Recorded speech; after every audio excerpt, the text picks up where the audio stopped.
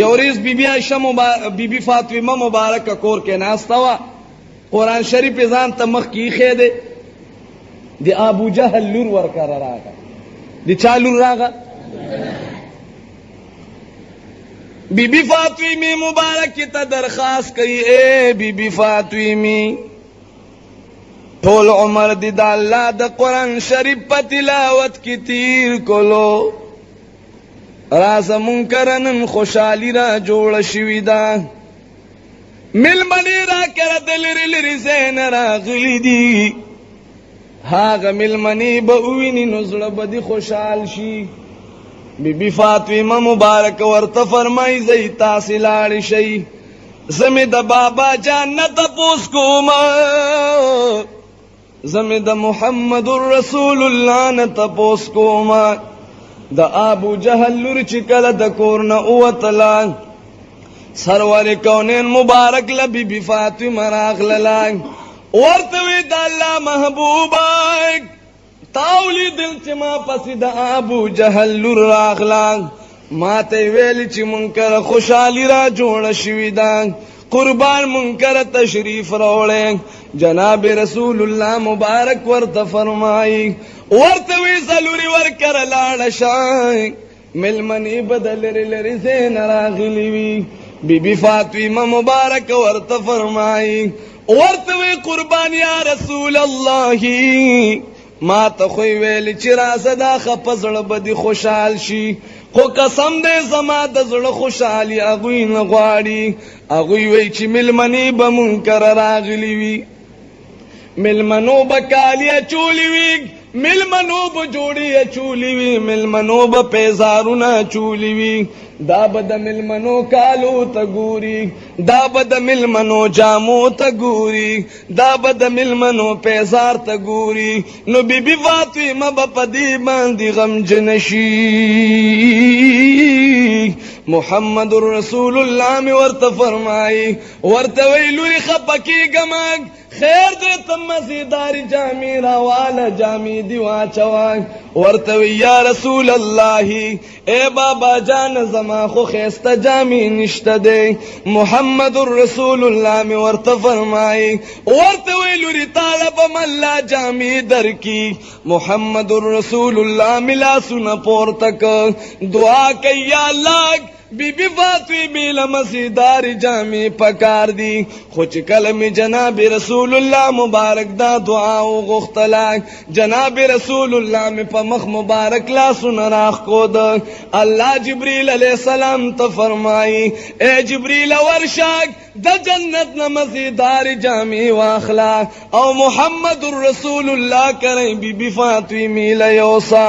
جبریل علیه السلام راغی د جنت نه مزیدار جامې راواغشتلی، محمد رسول الله کرے بی بی فاطمه لروړي، پیغمبر علیہ السلام مبارک لای جامې ورکړلی، دا الله محبوبک بی بی فاطمه دی دا جامې واغوندي، ځان دی جوړ سنگار کی، او ابو جهل کر دی لاړه شي، د بی بی فاطمه پتلو باندې نن الله خوشاليږي.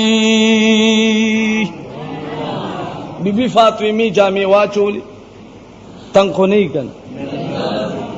بی بی فاطمه ځان جوړ کو، سترګې تورې کی، سر مبارک غوړ کو، او ډیره په حیا او په پردې کې ابو جهل کر خوشحالي را جوړه شوې ده، ورکره روانه شو.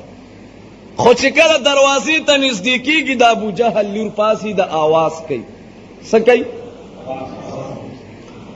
په داسې رنګ کې آواز کوي چې اے مېلمنو خبردار شئ، ګورې د جناب رسول الله مبارک لور مبارک را روانه ده، یو مېلمنم ورته د ځایه پانسېږئ، یو زنانم ورته د ځایه پانسېږئ، که د هغې په راتلو باندې تاسې پاسېدئ نو د هغې روب او دبدبه به په تاسې باندې غلبه شي.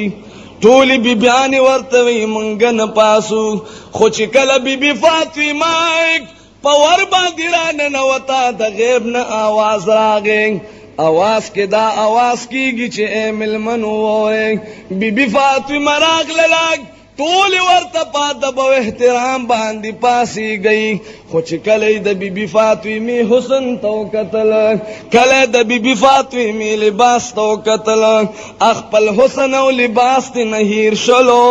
بیبي فاطمه مبارک له دروازې لمنډه کی، چای لاسونه خلولو، چای تل د خلولو. ټول ور سره په خیر علي ستړي مشو کړل. خو چې کله ور سره په خیر علي و فرمایل، بیا ورته وای بیبي قسم دې تا خدا سی جامې چولې دي، تا خدا سی لباس چولې دي، چې دا لباس خو نه د مکې په بازار کې ملاويږي او نه د مدینه منورې په بازار کې ملاويږي. ملاو بشي چرته جنتی لباس یو ځای کې نه ملاوي. بیبي ورته وای اے زنانو دا نه د مکې په بازار کې شته او نه د مدینې په بازار کې شته. زنانه تپوس کوي کنه په واده کې غم کې سنتای کې کم ځای چې زنانه ملاو شي چاخې جامې چولی تپوس کوي دا د کم ځای غشتي دي. هغه ورته دا مې د پلاني دکان نه غشتي دي. نو که وس او طاقت وي نه ختنوالي اغم ځان لروړي کنه کنه روړي روړي او که وس او طاقت ني خاوند کمزوري نو بیا سوي وای خدای دې ما دا خاوند تبا برباد کوي د سره خو ما د خپل ځوانيه سه خوري ریګه د ګل پشانتي ځواني می وا وای ما د سره خوري ری وای پلانیم غوختم او پلانیم غوختم خو هغه مې ونه کو چا به تاسو هم نه کړو اچھا به تاسو نه کړه دا وای پلانیم غوختم او پلانیم خو ما د سره د خپل ځواني خوري ری ستا پاغه ځواني دی ورو لګي چې تا د سره خوري. الله مونږ نیکان کامین وایي. بیبي ورته وای چې دا نه د مکی بازار کې شته او نه د مدینه بازار کې شته. آغا زنانه ورته وای قربان بیبي دا بکم ځای کې ملوشي. بیبي فاطمه ورته وای چې دا بدر ته یو ځای کې ملاويږي. اے بیبي فاطمه کوم ځای کې به ملاويږي؟ بیبي فاطمه ورته وای دا بدر ته زما د بابا جی په غلامۍ کې ملاويږي. اے ملمنو دا بدر ته د سرور کونین په غلامۍ کې ملاويږي. که څوک دا جامې چول غواړي ټول دا کلمه وایي چې لا اله الا الله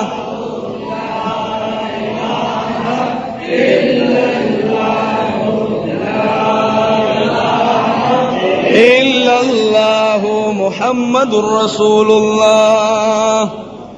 اغه زنانو چې کله د بیبي فاطمه د خلینه دا وریدل ټول د بیبي فاطمه په زار کې کیناستلی او چې چا ایمان وروړلو بیبي فاطمه باندې ایمان وروړلو دا کلمه ویل چې لا اله الا الله محمد رسول الله.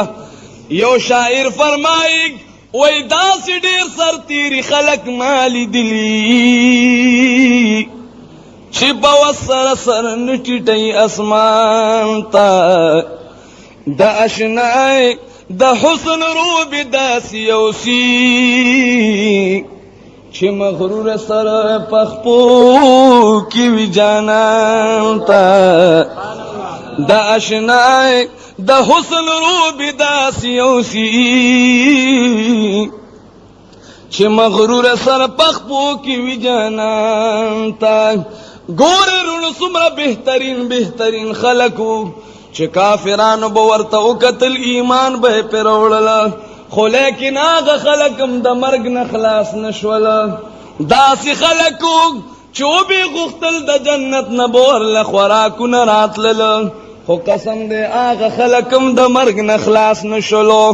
امام غزالی رحمت الله علیه مبارک فرمایي وای که څوک د مرګ نه په تقوا باندې خلاصي دی شوی 1,40,000 پیغمبران بنن د ځمکې د پاسه ګرځېدل که څوک د مرګ نه په حسن او جمال خلاصېدی شوی د دنیا حسینان بنن د ځمکې د پاسه ګرځېدل که څوک د مرګ نه په بدماشۍ او ظلم و ستم خلاصېدی شوی نو فرعون او نمرود او حامان به د ځمکې د پاسه ګرځېدل که څوک د مرګ نه په دولت خلاصېدی شوی نو نن به د دنیا تمام باچاهان د ځمکې د پاسه ګرځېدل او که څوک د مرګ نه په غریبۍ خلاصېدی شوی نو نن به د دنیا تمام غریبان د ځمکې د پاسه ګرځېدل